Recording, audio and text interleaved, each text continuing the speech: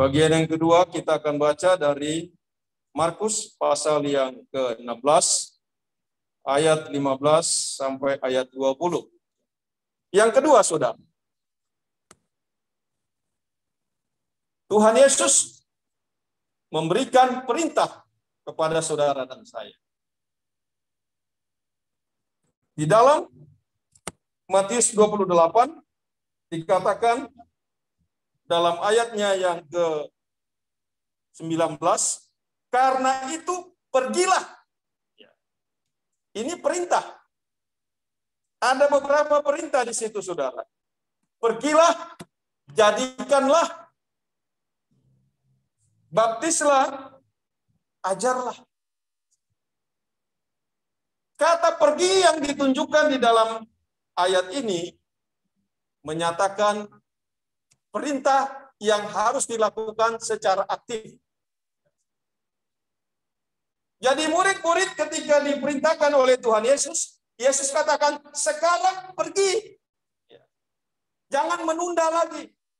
Sekarang jadi saksi Kristus. Beritakan Injil. Jadi berarti saudara, tugas memberitakan Injil dan menjadi saksi Kristus itu bukan tugasnya pendeta, bukan tugasnya penginjil. Tapi tugas semua orang yang percaya kepada Yesus Kristus. Saudara, mari sama-sama semua kita ambil bagian. Ya.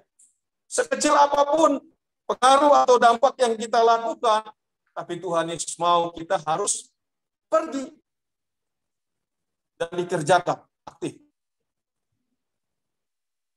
Kata ini menunjukkan kepada pengertian seperti seorang ambasador atau apostolos, ya, pengutus. Kalau seorang duta besar di dalam sebuah pemerintahan seperti Indonesia, maka ketika seorang duta besar itu disuruh pergi ke satu negara, dia mengatasnamakan seluruh rakyat Indonesia dan memiliki kuasa penuh.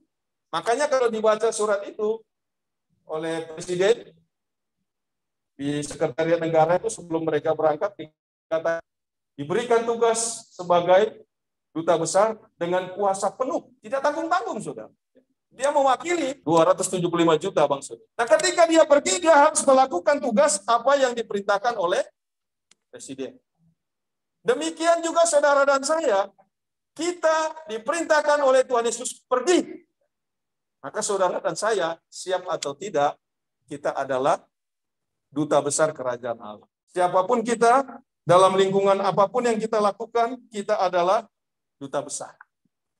Duta besar di dalam pemberitaan Injil Kristus.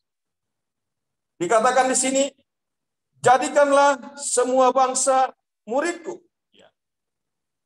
Pergilah. Lalu jadikanlah semua bangsa murid. Dalam pelayanan penginjilan, pemberitaan Injil, kita harus melakukan pemuridan. Ini kata pemuridan di dalamnya. Semua bangsa murid. Karena status kita adalah murid Kristus. Dalam bahasa Yunani dipakai kata matetes. Pemuridan itu berarti seperti seorang yang sedang belajar sekolah dalam sebuah pendidikan. Tuhan Yesus mau meminta kepada kita, ketika kita pergi bersaksi memberitakan Injil, kita bawa orang-orang itu mengalami dan mengenal Kristus. Baik itu secara belajarnya secara reguler, baik juga itu belajarnya secara tidak resmi atau informal, ya. Tapi kita diajar oleh firman Tuhan supaya kita membawa mereka menjadi murid. Dan yang Tuhan minta dari seorang pengikut Kristus yang memberitakan Injil, kita harus menjadi pengikut Kristus yang memiliki hati seorang murid. Apapun statusnya, saudara. Apakah kita baru percaya kepada Tuhan Yesus, atau sudah lama, atau sudah melayani, pendeta sekalipun, semua kita adalah murid Kristus. Maka status pemuridan itu harus terus-menerus terjadi dalam hidup kita. Kita harus sedia dimuridkan oleh Kristus. Yang kedua, dikatakan baptislah. Baptislah orang yang percaya untuk masuk di dalam persekutuan.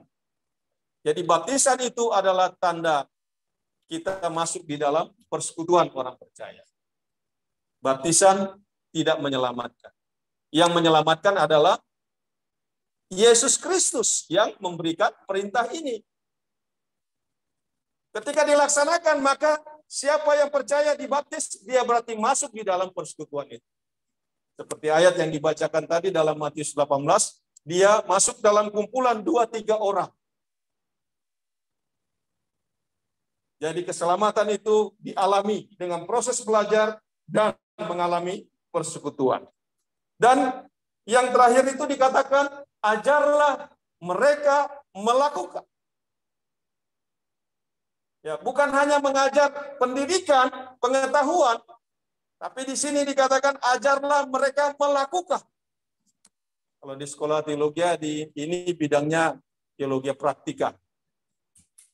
Tapi teologi praktika itu bukan hanya sekedar tahu apa yang dilakukan, tapi yang diminta oleh Tuhan Yesus bagi kita, mari kita bersaksi menjadi utusan Kristus dengan mengajar sampai orang dapat melakukan kebenaran firman Tuhan. Seorang yang diutus oleh Tuhan, dia harus pergi. Apapun alasannya, dia harus pergi. Karena Tuhan Yesus katakan perintah yang pertama, pergi. Lakukan. Saudara dikasih Tuhan Yesus, sekarang yang menjadi kebenaran bagi kita, apa yang dapat kita lakukan dengan kebenaran firman Tuhan ini? Yang pertama, saudara, sebagai pengikut Kristus, kita menerima kuasa pengutusan dari Kristus. Saudara dan saya sudah menerima kuasa itu. Maka kuasa otoritas itu harus kita gunakan dengan tujuan yang benar. Ya. Pasti Tuhan menyertai kita. Tapi ketika kuasa itu hanya kita gunakan untuk mencari keuntungan dengan Tuhan, uangkah, persembahankah, atau apa saja, kuasa itu tidak akan menyertai saudara. Yang kedua, pengikut Kristus harus percaya kuasa yang ada pada Yesus Kristus. Kita harus percaya, seperti Tuhan Yesus katakan, aku memiliki kuasa di surga dan bumi. Dan aku menyertai engkau sampai akhir zaman. Kuasa itu diberikan kepada kita. Dan mari kita percaya dan terima itu. Jika kita menerima kuasa itu, maka kita lakukan. Dalam kuasa itu kita memberitakan firman Tuhan. Kemana saja, di mana saja. Bukan hanya khotbah, saudara. Tapi dalam segenap kehidupan kita sehari-hari.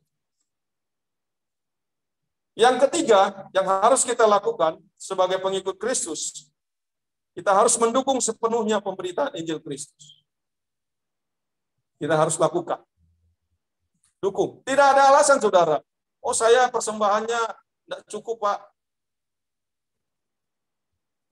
Karena ini perintah dari Yesus, bukan perintah dari pendeta atau hamba Tuhan, bukan. Ini bukan karena pendeta di gereja lalu beritakan ini, tidak. Ini perintah Yesus. Yesus katakan, pergilah, lakukanlah. Maka setiap kita harus mendukung pemberitaan Injil Kristus. Dengan cara apa, saudara? Ada 3D. Ya. Bukan datang, duduk, dengar. Tapi 3D-nya itu adalah doa, daya, dana.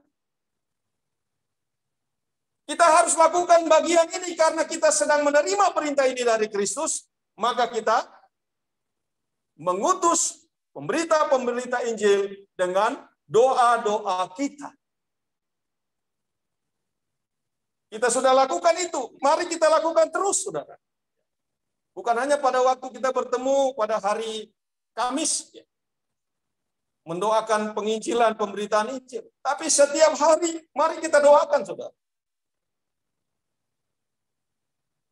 Keluarga kami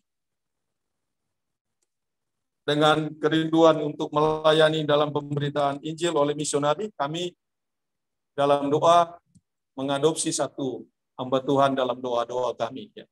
Lalu kami ingat ketika kami berdoa setiap malam. Saya juga bertanya kepada teman saya, ngapain pergi ke situ?